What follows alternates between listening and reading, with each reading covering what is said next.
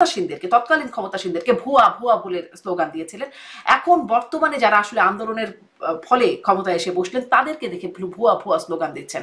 সরকার আসলে কিছু বার্তা কি নিচ্ছে এখান থেকে বা পাচ্ছে?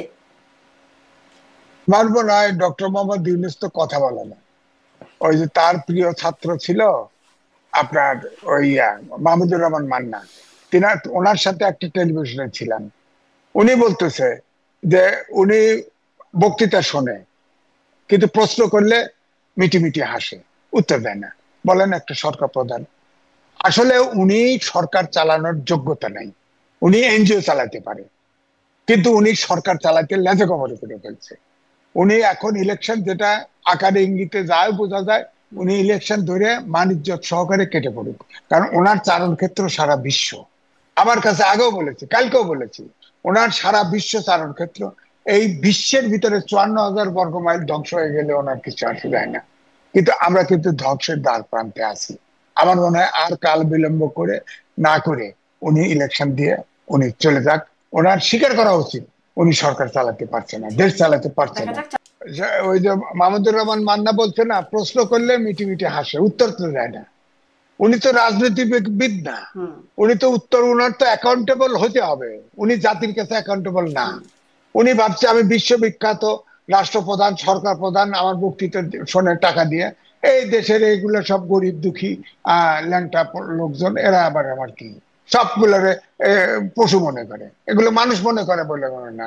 একটা দেশের রাষ্ট্রপ্রধান, সরকার প্রধান, সে অ্যাকাউন্টেবল হবে না, উত্তর দিবে না? রাজনীতিবিদদের ডাকে তাদের কথা উত্তর দিবে না? উত্তর দেয় না। আর সব কথায় সব সময় পরিষ্কার করে না, পরিষ্কার করে কথা বলবে না কোনো। এই যে আপনি বললেন যে নির্বাচন হবে, জামাল হায়দার বললেন যে 4-5 দিনের ভিতরে দিবে, উনি তো বলেন নেই। উনি বলছেন যে ওই ফেসিবাদীরা ষড়যন্ত্র লন্ডভন্ড করতে পারে, ষড়যন্ত্র করতেছে, সবাই এক, জুলাই অভ্যুত্থানে সবাই এক করে থাকতে হবে। এখন ওনাকে মোস্তফা জামাল হায়দারের কানে কানে কইছে নাকি কোন জায়গায় শুনছে, উনি কয়ে দিল। হ্যাঁ, উনি আবার একটা লম্বা মানুষ কয়ে দিল। বলতে পারতো যে ইউনূস সরকার এইরকম করছে, তার ভাষাটা বলতে পারতো, তা না বলে উনি 4-5 দিন ডেট দিয়ে দিল, মনে হলো উনি সরকারি লোক। হ্যাঁ, সুতরাং আমার মনে হচ্ছে যে জিনিসটা ভঙ্গুর, সেই জিনিসকে নিয়ে ডক্টর ইউনূস সাহেব চলতে চাচ্ছেন। উনি পারবেন না, উনি পারবেন না, এইটা বোধহয় কিঞ্চিত উপলব্ধি করেছেন।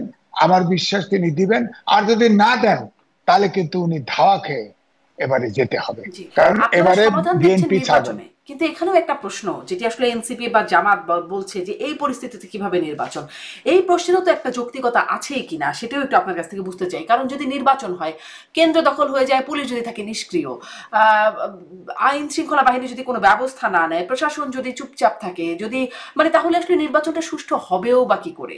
আপনি যদি একজন পেশাজীবী, আপনার রিটার্নিং অফিসার 64টা লাগবে, আপনার আছে অলরেডি 30টা অফিসার আছে, আর 34টা আপনি ভাগ করে নেন, দেশটারে ভাগ করে নেন, 4 ভাগ করেন, 3 ভাগ করেন, করে আপনার রিটার্নিং ইলেকশন কমিশনের রিটার্নিং দিয়ে অফিসার দিয়ে ইলেকশন করেন। ডিসি আনেন না, হয়ে গেল। ডিসি আনেন না, আর আপনার আর্মি দেখলে বাংলাদেশের লোক এখনো ভয় পায়, আর্মির সিপাহীদেরকে এনে বসায় রাখেন, বসায় রাখেন, সাথে কিছু আনসার দেন। হ্যাঁ, ইলেকশন হবে না কেন? আর ইলেকশন হবে না কেন? নিরপেক্ষ নির্বাচন হবে না কেন? হবে, সম্ভব, সম্ভব। কিন্তু সরকারের পক্ষ থেকে এরকম শয়তানি করা যাবে না, যে চালাকি করা, এই চালাকি করা যাবে না।